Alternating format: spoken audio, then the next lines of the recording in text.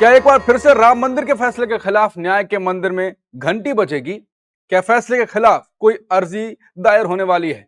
दरअसल अयोध्या का वो पुराना विवाद जो राम मंदिर की चमक में दब गया था, अब पूर्व सीजेआई चंद्रचूड़ के एक बयान ने फिर से चमका दिया है। बाबरी मस्जिद का निर्माण ही मूल रूप से अपवित्र था। पूर्व सीजेआई चंद्रचूड़ के शब्द सुनकर सुप्रीम कोर्ट का 2019 का फैसला ही कांप उठा।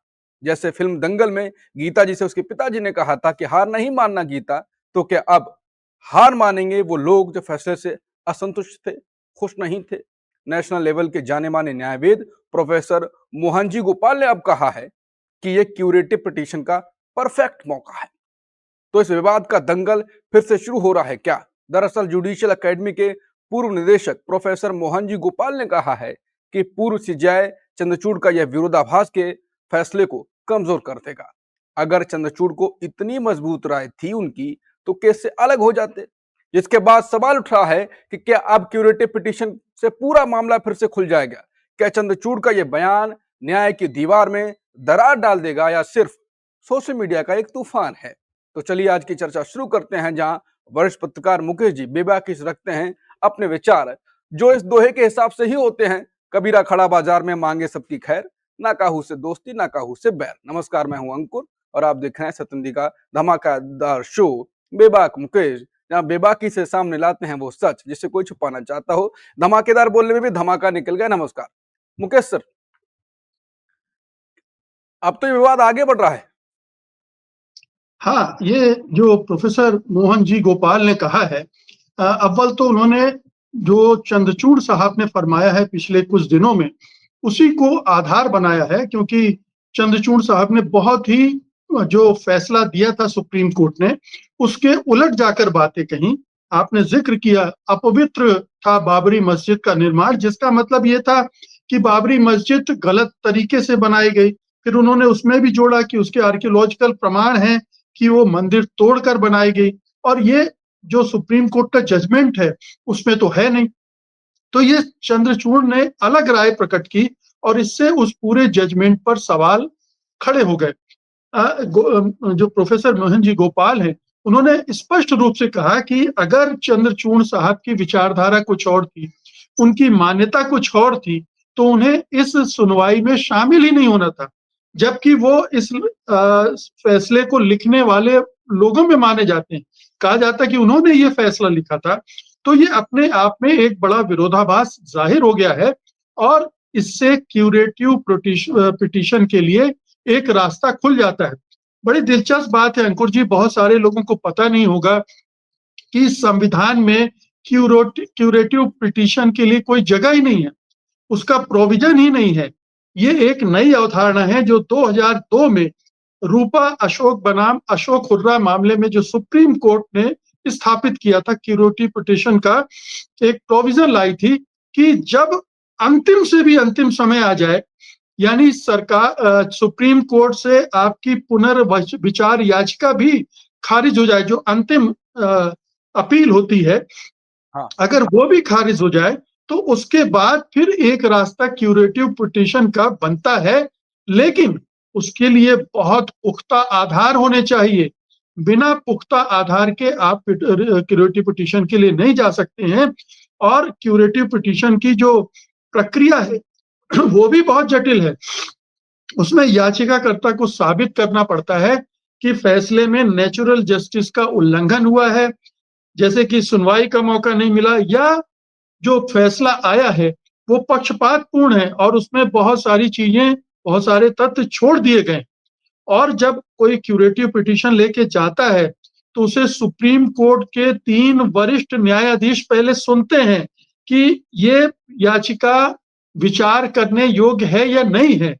और उसके बाद अगर वो स्वीकार कर ली जाती है, तो फिर जो बेंच जिसने सुना था इस पूरे मामले को, वही बेंच इसको दोबारा से सुनती है और उसमें फिर जो फैसला देना होता है वो देती है। तो एक लंबी प्रक्रिया है और बहुत रेयर केसेस में ही यहाँ तक मामले जाते हैं। लेकिन ये मामला, जैसा कि आपने कहा, चंद्रचूड़ की बदौलत बिल्कुल खुल गया है।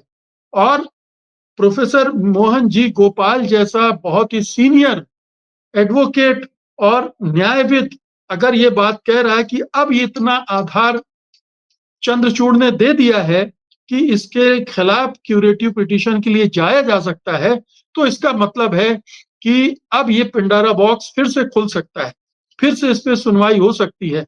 हम अभी नहीं कह सकते कि कौन क्यूरेटिव पिटीशन लेके जाएगा, जाएगा कि हो सकता है ना भी जाए, क्योंकि बहुत सारे लोग सोचते हैं कि अब ये मामला खत्म किया जाए, इसको क्यों खींचा जाए। हालांकि एक पक्ष ये भी है जो सोचता है कि अन्याय हुआ है। ये जो भी फैसला आया था एक समुदाय विशेष के खिलाफ अन्याय था, भेदभावपूर्ण था और एक एक धार्मिक समुदाय के प्रति झुका हुआ था। और हम सब जानते हैं ये बहुत इस सदी का, पिछली सदी का सबसे ज्यादा विवादास्पद जजमेंट था 21वीं सदी का। तो इसको लेकर जा भी सकते हैं। सवाल उठता है कि अगर जाते हैं तो सुप्रीम कोर्ट का रवैया क्या होगा। जो रवैया हम सुप्रीम कोर्ट का देख रहे हैं उसमें क्या कोई गुंजाइश दिखती है कि ये हो सकता है, ये देखने की बात। बिल्कुल, अब सुप्रीम कोर्ट का रवैया, अदालतों का रवैया तो सबके सामने अभी है और कई बार सवाल होते हैं, चर्चाएं भी होती हैं। लेकिन राम मंदिर का मुद्दा बहुत लंबा चला था, बीजेपी के लिए फायदेमंद रहा था राजनीतिक तौर पर, और राहुल गांधी और कांग्रेस को यह तक कहना पड़ गया कि राम मंदिर बनाएंगे, लेकिन डेट कब बताएंगे, डेट तो बताइए। फिर आखिर में उन्होंने जो हुआ वो हुआ। आपको लगता है कि एक बार फिर से पिटीशन गई और फिर से चर्चा में आया तो बाकी सबका हाल संस्थाओं का पता है, तो फिर बीजेपी को ही फायदा होगा, नुकसान राजनीतिक तौर पे कुछ नहीं होगा? राजनीतिक तौर पर बीजेपी को फायदा हो भी सकता है और बीजेपी राम मंदिर के मुद्दे के जिंदा होने से खुश भी हो सकती है, लेकिन बिल्कुल। न्यायपालिका पर दबाव भी बनेगा कि हाँ। उसने एक गलत फैसला दिया है। और न्यायपालिका पर दबाव बनेगा तो आगे वाले जो फैसले हैं उन पर भी असर पड़ेगा। मथुरा, काशी और दूसरे जो विवाद के स्थल खड़े किए जा रहे हैं उन पर भी न्यायपालिका को सावधान रहना पड़ेगा, क्योंकि मामला वहां तक जा सकता है। और खुदा न खास्ता वहां तक गया और क्यूरेटिव पिटीशन में ये साबित हो गया कि हाँ, फैसला तो अन्यायपूर्ण था, गलत ढंग से फैसला दिया गया था और वो जो चंद्रचूड़ साहब ने खुलासा किया है वो एक अलग कहानी बनती है, तो फिर हम्म। क्या होगा। तो ये न्यायिक इतिहास का एक बहुत मील का पत्थर साबित हो सकता है। अगर हम्म। इस तरह की कोई घटना घटती है हिंदुस्तान में एक बार फिर से, तो सोचिए हम्म। जो इतना बड़ा विवादास्पद फैसला था, जो कि मतलब कितने सालों से चल रहा था, अंग्रेजों के ज़माने से चल रहा था, उसका कोई एक निपटारा होता है और वो भी गलत तरीके से होता है। अगर ये साबित होता है, तो क्या होगा? और फिर आप सोचिए कि अगर अन्याय के आधार पर, एक गलत फैसले के आधार पर वहाँ राम मंदिर का निर्माण हुआ है, तो आप सोचिए कि वो राम मंदिर की वैधता कितनी संदिग्ध हो जाती है कि हम्म। आपने गलत तरीके से न्याय हासिल किया या गलत न्याय करवाया और फिर मंदिर बना लिया, तो ये छल कपट का हो गया ना मामला। तो ये उस पर भी सवाल खड़ा करेगा। लेकिन हाँ, चूंकि अदालती कार्रवाई शुरू होगी तो बयानबाजियां शुरू होंगी और तमाम चीजें होंगी और बीजेपी इसका फायदा उठाने की कोशिश करेगी। और जो विपक्षी दल हैं वो मेरे ख्याल से चुप रहेंगे, वो इस विवाद में उलझना पसंद नहीं करेंगे ताकि बिल्कुल। बीजेपी इसको अपने चुनावी फायदे के लिए इस्तेमाल ना कर सके। ये केस मुद्दा आगे जाए ना जाए, अदालत में फिर से पहुंचे ना पहुंचे पिटीशन, लेकिन चंद्रचूड़ जी ने जो बयान दिया उन पे ही बात कर लेते हैं। लगातार वो इंटरव्यू दिए जा रहे हैं, पिछले हमने शो में भी ये बात करी थी, और उनका ये बयान, उनको भी क्या उम्मीद थी कि इतना बड़ा हो जाएगा, और सोचा कुछ और हो, हुआ कुछ और हो।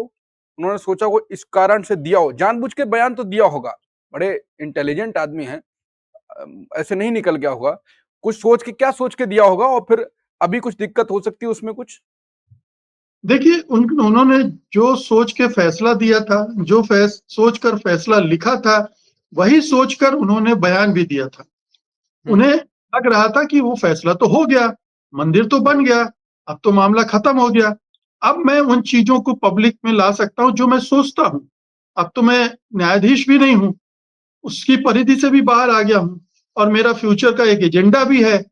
उसमें मुझे अब जो भी एजेंडा हो उसके हिसाब से अपनी गोटियां भी चलनी है। तो उन्होंने कुछ गोटियां चल दी।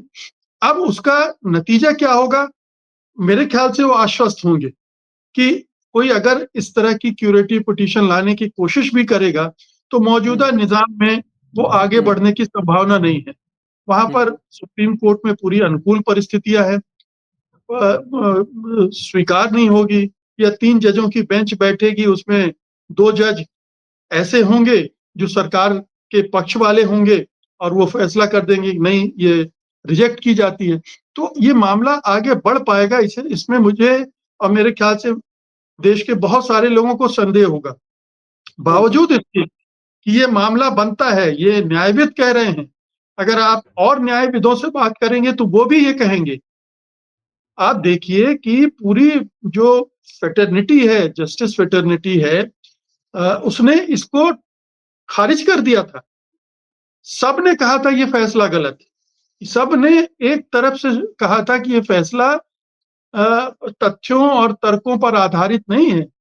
आपने कुछ भावनाओं की कद्र करने के नाम पर और इस विवाद को जैसे-तैसे निपटाने के मामले मानकर और राष्ट्र जो पार्टी सत्ता में है, उसके एजेंडे को ध्यान में रखकर ये फैसला दिया और हम्म, जिसकी वजह से उसको लाभ भी मिला।